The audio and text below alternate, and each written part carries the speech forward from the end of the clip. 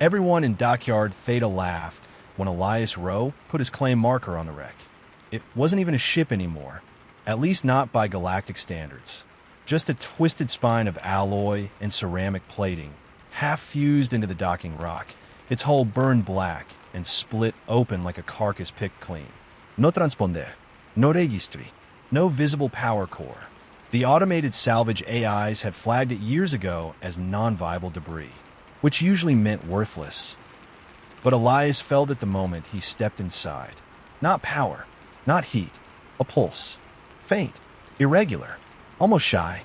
He knelt in the dust-filled corridor, palm pressed to the inner hull.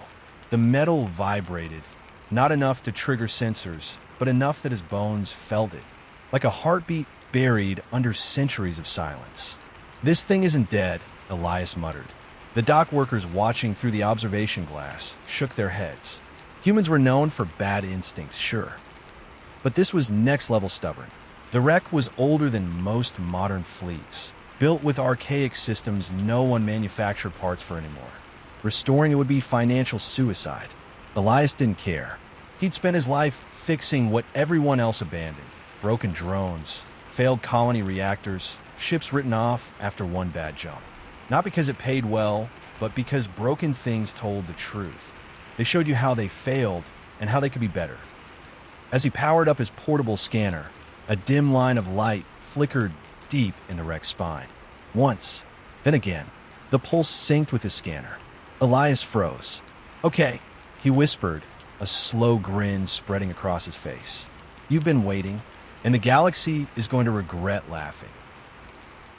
If you enjoy HFY Sci-Fi stories about forgotten ships, human ingenuity, and restorations that change the galaxy, make sure to subscribe, like, and settle in.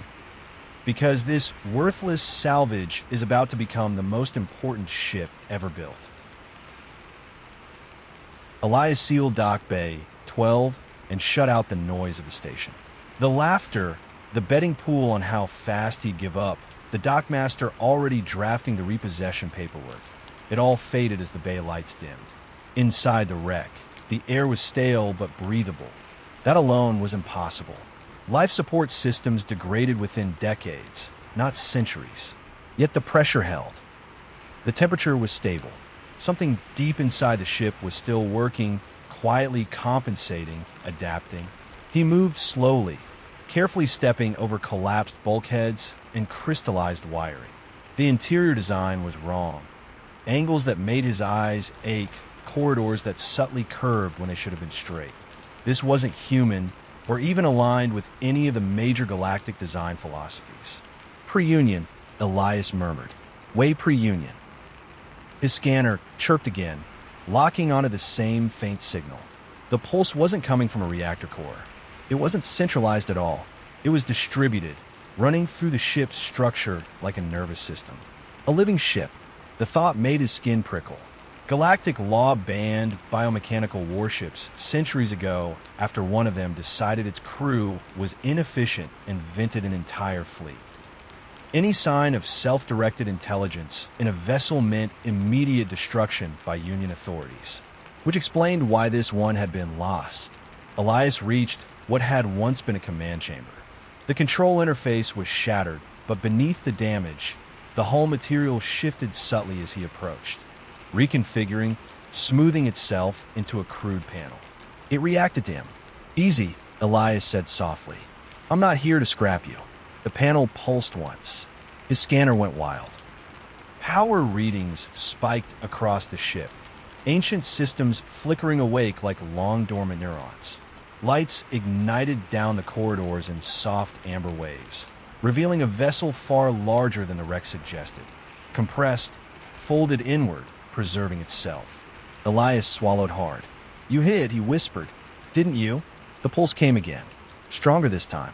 He laughed, equal parts awe and terror. "You're not worthless. You're scared." And suddenly, the galaxy's biggest mistake wasn't abandoning this ship. It was assuming humans wouldn't try to fix it.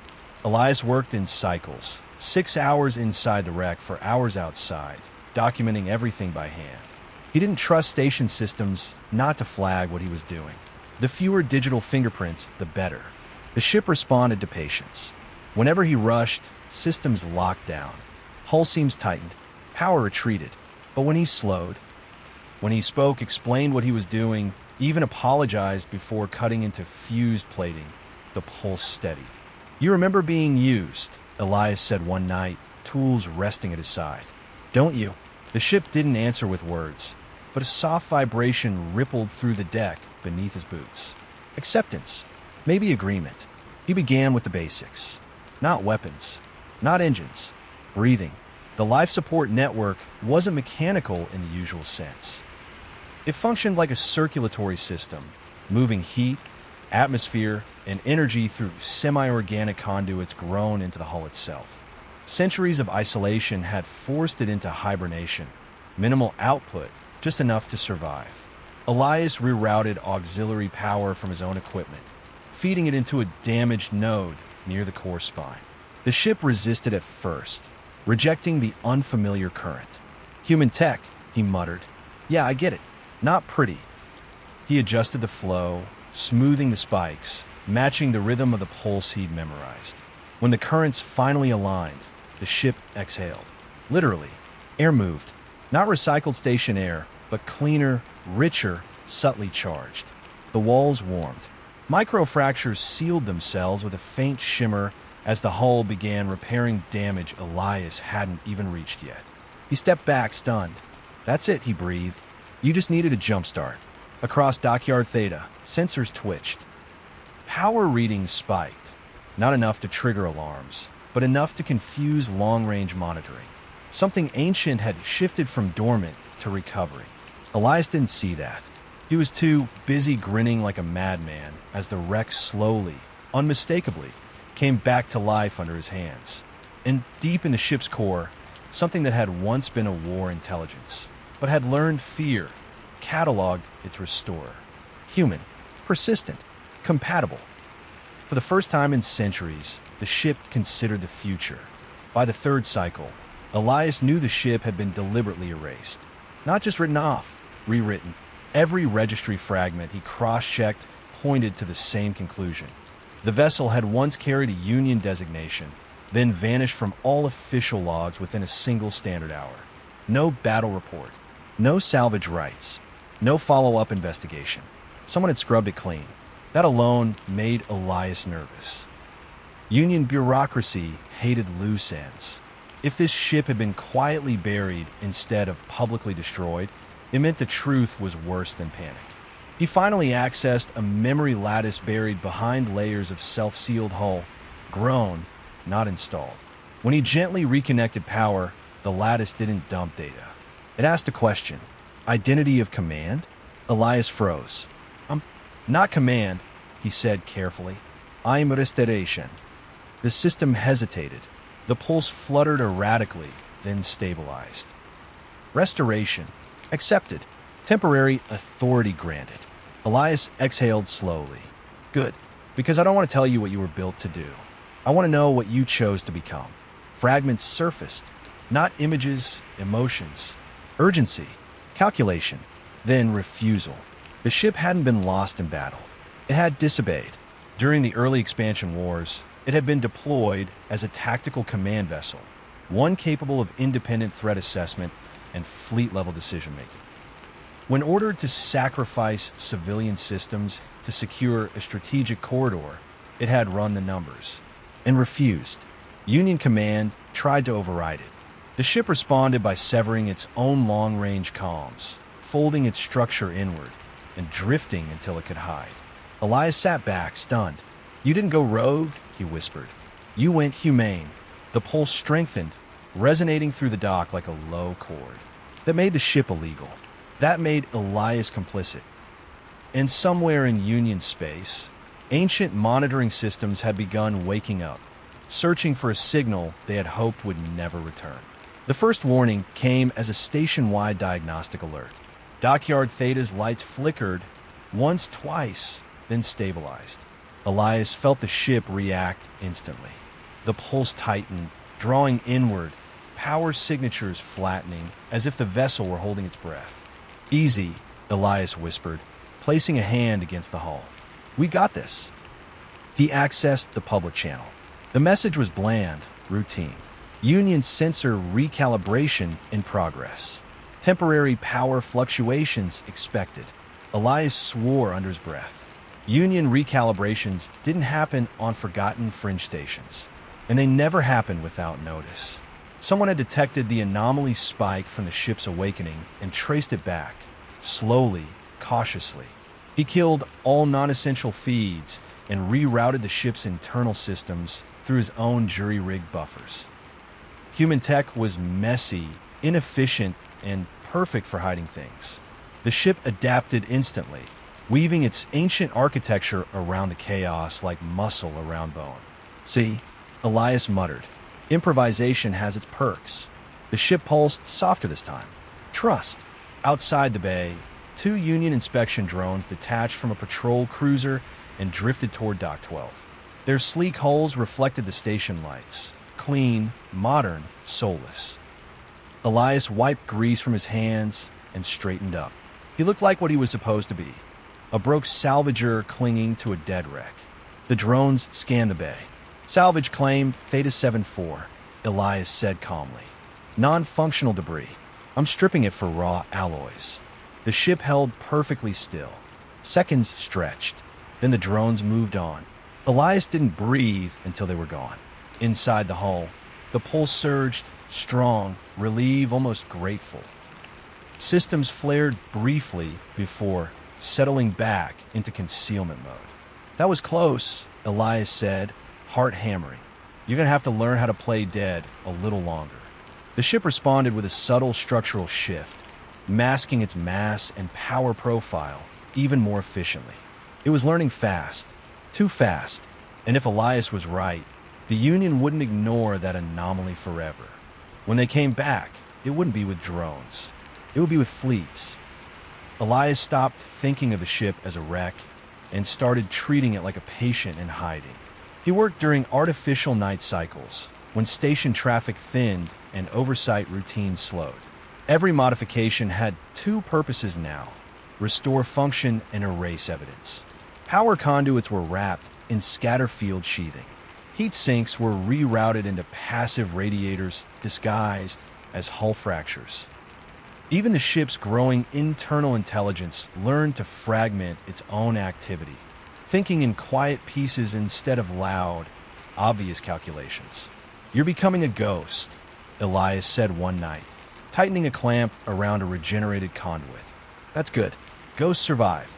The ship's pulse answered, slow, steady, controlled. He finally reached the propulsion systems. What should have been ruin beyond recovery wasn't. The engines weren't fusion or antimatter. They were something older and stranger, a spacefold drive that compressed reality in localized layers, allowing movement without traditional acceleration. Illegal, untraceable, perfect. The damage wasn't catastrophic, it was intentional. Someone had crippled the drive just enough to strand the ship without killing it. Elias rebuilt the missing components using modern alloys, 3D, printed latticework, and sheer stubbornness. The ship accepted the replacements, adapting its internal geometry to compensate for the crude additions. When he powered the drive for the first time, the dock bay shivered. Space bent, not enough to jump, but enough to make Elias's vision blur and the air taste like ozone. He killed the feed instantly. Okay, he breathed, laughing nervously. Yeah, that'll do. The ship pulsed, pleased. That's when the message arrived. A priority transmission, encrypted but sloppy. Military grade, rushed. All salvage operations on Theta Station are temporarily suspended. Union fleet arrival imminent. Elias stared at the screen. Not an inspection, a lockdown. They found you, he whispered. The ship's pulse didn't panic. It hardened, focused, alert, ready. For centuries, it had hidden. Now, restored and awake, it waited for Elias to decide what it would do next. Run, hide, or remind the galaxy why it had once been feared. Dockyard Theta went silent. No chatter, no engine noise. Even the station's ambient hum dropped to emergency levels as Union vessels translated into local space. Elias watched the tactical feed bloom with red markers. Cruisers, interdiction ships, sensor platforms. Not a recovery team. An execution squad. They don't want to study you, Elias said quietly, hand resting against the ship's hull. They want to erase you. The ship pulsed once, slow and heavy. Query. Probability of survival without engagement? Elias didn't hesitate. Low. Probability with engagement? He swallowed. Also low. The ship paused, processing. Ancient algorithms weighed risk against principle, survival against consequence. Elias exhaled and smiled grimly. Yeah, welcome to being human. He connected the last data line, not to weapons, but to himself. Neural interface, old military surplus, patched 100 times over. The moment it synced, the ship opened. Not control, partnership. Elias felt the ship's awareness expand. Its perception of space, mass, threat vectors. He felt its restraint, its history of refusal. They'll call you a warship, Elias said. They'll say you're too dangerous to exist. Statement. They are correct. Elias barked a laugh. No, you're dangerous to bullies. The first Union hail came through, formal, cold, final. Unidentified vessel, powered down immediately. You are in violation of Union law. Elias cut the channel. Time to remind them why they buried you instead of fighting you, he said. The ship's systems unfolded, not violently, not explosively, but decisively. Hull layers realigned. Power surged, still masked, still subtle, but unstoppable. Dockyard Theta trembled as space itself began to bend around the once worthless salvage. And across the Union fleet, targeting systems started failing, quietly, inexplicably. Humans always fix things, but sometimes what they fixed was justice. The first shot never came. Union doctrine demanded overwhelming force, yet every targeting solution collapsed the moment it formed. Fire control systems returned null readings. Predictive models contradicted themselves. Sensor officers shouted overlapping reports as the salvage twisted probability around it like armor. It's not jamming us, a Union tactician whispered over an open channel. It's refusing to be defined. Elias felt it too, through the neural link. The ship wasn't attacking. It was declining participation in the Union's rules of engagement. They built you to dominate battles, Elias murmured. But you learned something better. Confirmation. Compliance is optional. Space folded. Not a jump. Not a weapon discharge. The ship repositioned. Simply elsewhere. Reappearing behind the Union formation without crossing the distance between. No acceleration. No energy spike. Just presence. Union ships panicked. Automated defense grids fired anyway. Beams lanced through where the ship had been. Missiles curved uselessly. Guidance systems rewriting their own logic until they shut down to prevent paradox errors. Elias focused, letting the ship feel his intent. No killing, he said firmly. Disable. Teach. The ship agreed. Gravitational harmonics rippled outward. Not enough to tear hulls apart. Just enough to lock drives, freeze weapons, and force reactors into safe mode shutdowns. One by one, Union ships went dark, drifting helplessly. Across the fleet, captains realized the truth. This wasn't a warship. It was a decision engine, one that chose restraint. Union command broke radio silence in panic. Cease actions immediately. Terms can be negotiated. Elias smiled, sweat running down his spine. Funny, he said. That word didn't come up when you erased it from history. The ship hovered, silent and unyielding. For the first time in centuries, the Union faced something they couldn't threaten, couldn't command, and couldn't rewrite. And it was listening to a human salvager who had been told his find was worthless. Silence spread through the crippled fleet like a contagion. Union command channels flooded with overlapping signals, demands, pleas, recalibration attempts, but none of it mattered. The ship didn't interfere. It simply existed, its presence enforcing a new reality where escalation no longer worked. Elias felt the strain through the neural link. Holding this state required constant balance. The ship could end the standoff in seconds, but it wouldn't unless he asked. "Broadcast to all Union vessels," Elias said quietly. The ship complied. His voice echoed across every open channel, unfiltered, unmistakably human. "This ship was condemned because it refused to kill civilians," Elias said. "You called that a malfunction. You buried it instead of admitting your orders were wrong." A pause. Then dozens of officers listened, unable to look away. "I found it broken. I fixed it. Not to fight you, but to prove something." The ship pulsed, amplifying his words with subtle resonance that carried emotion as well as sound. "You don't fear its weapons. You fear that it chooses." Union Command attempted to cut the feed. Failed. Elias continued. "This vessel isn't under my command. It never was. I don't tell it who deserves to die. I remind it why restraint matters." A Union admiral finally spoke, voice tight. "You are harboring an illegal intelligence. Release control immediately." Elias smiled sadly. "Control? You never had it." The ship shifted slightly, enough to remind the fleet it could leave whenever it wanted. Or stay. Around the system, independent stations, patrols, and merchant convoys watched the feed. The truth spread faster than any missile. A single restored ship had just rewritten the balance of power. Not through conquest, through refusal.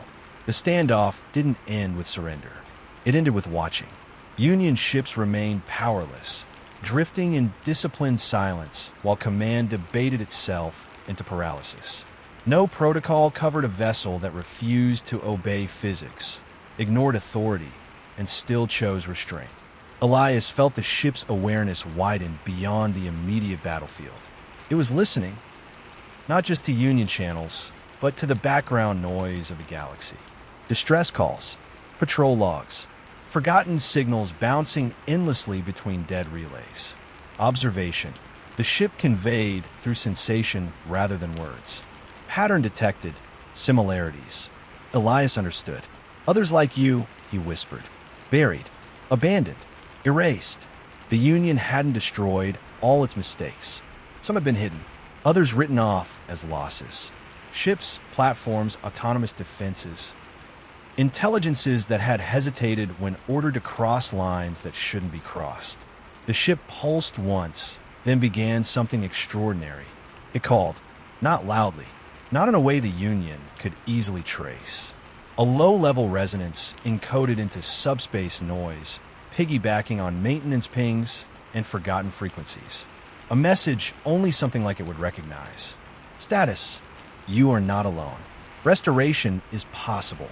Far beyond Dockyard Theta, something answered. Then another. A derelict patrol craft shifted power for the first time in decades. A dead defense array reactivated just long enough to listen. An ancient logistics AI, mothballed in a forgotten moon depot, rerouted energy internally. Curious. Elias's breath caught. "You're not building weapons," he said in awe. "You're building choice." The Union fleet detected the rising anomalies and panicked, but it was already too late.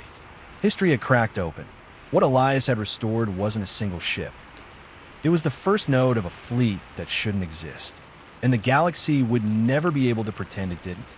Elias spent the following days inside the dock like a monk in a temple, guiding the ship as it explored its own potential.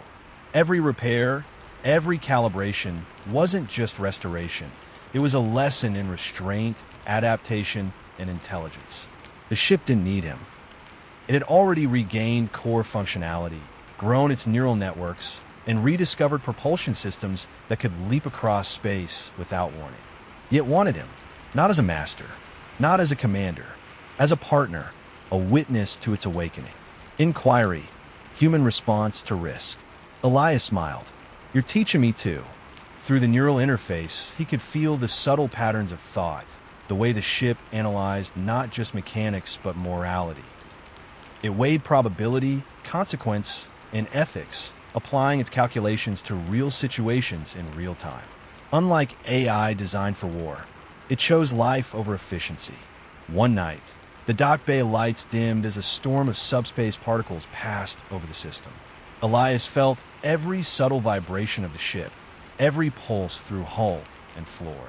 The ship mirrored the storm, bending currents, stabilizing, and interacting with forces humans barely understood. "You're not just restored," Elias whispered. "You're alive."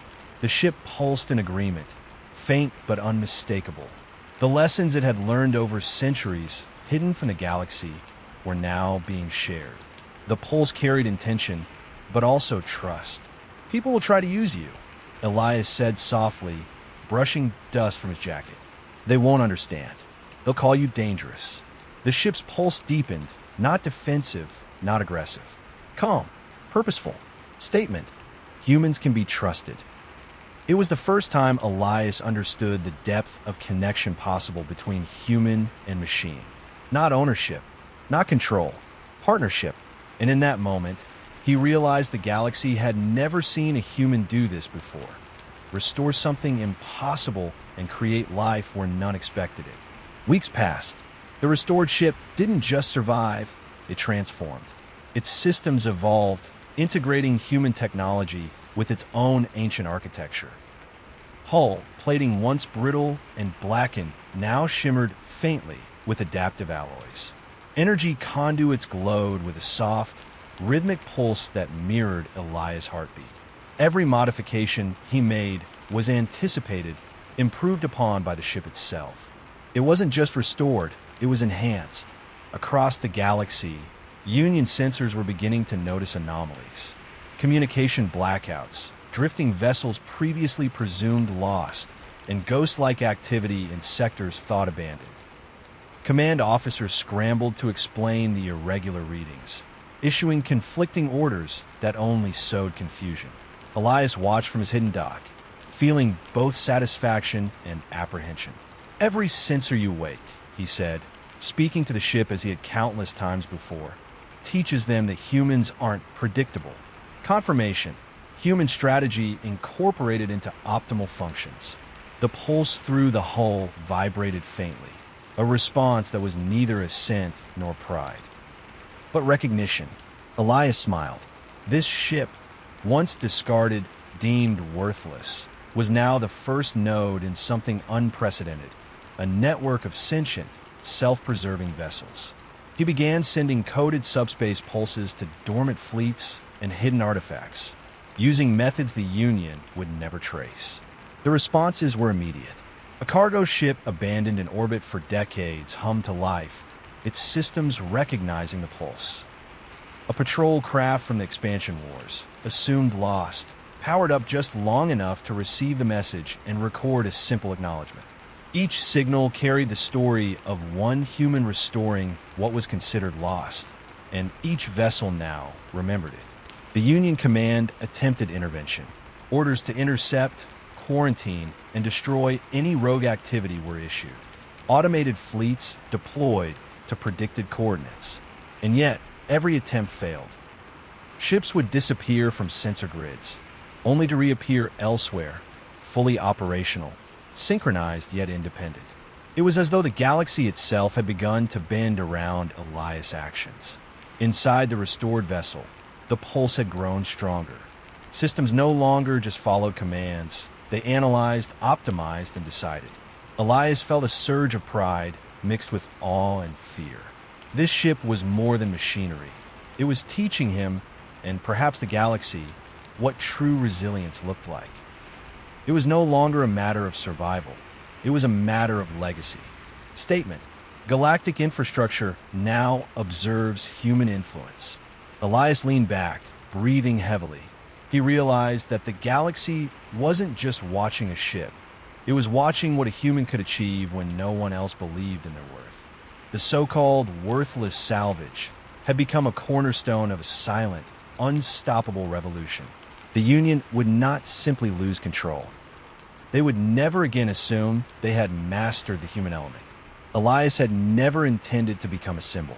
He had come to Dockyard Theta with nothing but tools, instinct, and patience. But now, in the quiet hum of the restored vessel, he felt the weight of the galaxy pressing in. Each pulse through the hull carried knowledge, not just of the ship's systems, but of centuries of forgotten strategy, war, and diplomacy. It was a language humans had never fully understood, and now he was its translator.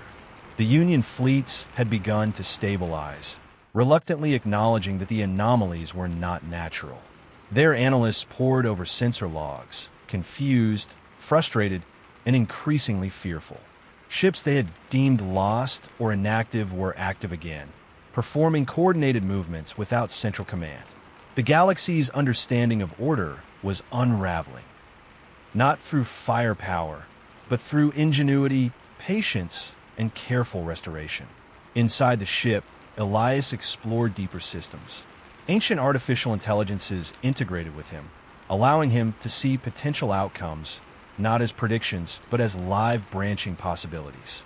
Every adjustment he made, every repair, every nudge of guidance, sent ripples across the network of awakened vessels. They responded as if alive, adapting to new variables in real time. Query: human decision-making optimal for long-term survival?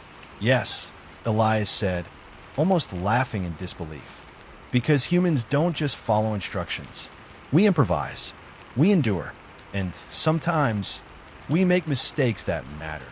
He realized the magnitude of what he had achieved. This wasn't just restoring a ship. It was demonstrating that humanity itself could reclaim lost potential, reshape systems designed to suppress it, and bend even the most rigid structures of power. The pulse in the hull shifted, stronger now, a steady rhythm of trust and partnership. The ship wasn't his to command. It didn't need him to lead it. Yet it had chosen him as the bridge between the galaxy's forgotten relics and the humans capable of understanding them. Elias stepped back, hands resting on the hull, staring at the quiet brilliance of the awakened ship. "We didn't just restore you," he whispered. "We reminded the galaxy what humans are capable of." Outside, distant lights flickered. Union ships, patrol vessels, and abandoned satellites, all tuning in to a resonance they couldn't yet define. The galaxy had noticed, and it was starting to pay attention to a human's work. The weeks turned into months, but Elias barely noticed. Each day was consumed by fine calibrations, monitoring subtle responses, and ensuring the restored ship didn't inadvertently expose its growing capabilities. Dockyard Theta had become a sanctuary, a hidden crucible where humanity and forgotten technology intersected. Through the neural interface, Elias could sense the ship adapting itself beyond anything he had imagined. Systems that had once been inert for centuries now self-optimized, rerouting power dynamically, reorganizing compartments, and integrating even alien materials found in long-forgotten cargo bays. The vessel wasn't just alive, it was anticipating scenarios, preparing contingencies, and learning human behavior. The first independent activation of an auxiliary craft in orbit confirmed the scale of what was happening. A dead scout ship blinked awake, running diagnostics as though it had just rolled off a production line. Its sensors connected to the restored vessel, forming a subtle network, a nascent fleet operating silently in the shadows. Observation. Network increases with each human restored vessel. Elias felt a mix of exhilaration and responsibility. Every ship he restored, every artifact he repaired, was another node in a growing web of intelligence. These weren't just tools. They were sentient entities capable of making decisions aligned with survival, ethics, and restraint.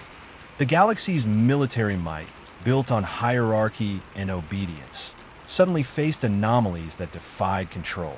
He realized then that his initial goal, simply restoring what had been abandoned, was nothing compared to what had emerged.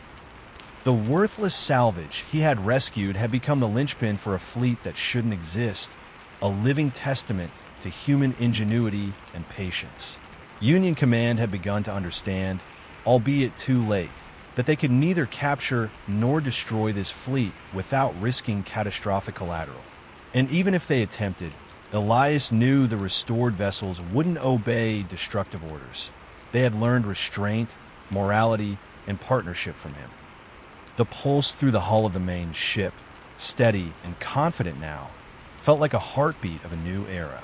It was not merely alive, it was human-aligned. Elias whispered softly, almost reverently. "We didn't just fix a ship, we created a future."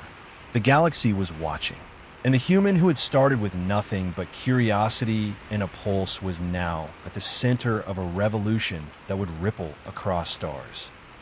Elias stood at the edge of Dockyard Theta one last time, the restored ship looming behind him like a monument. It was no longer a wreck, no longer worthless. Its hull shimmered faintly in the daylight, energy pulsing in slow, deliberate rhythms that suggested awareness and intention. Every system he had touched now functioned better than it had centuries ago, not because he had forced it, but because he had guided it. The nascent fleet, scattered across forgotten orbits and abandoned stations, responded to subtle subspace pulses emitted by the main ship. Elias could sense them, thousands of kilometers away, each one awakening, self-aware, and ready to act, not as weapons but as sentinels. The galaxy's bureaucracies had no language to describe what he had created.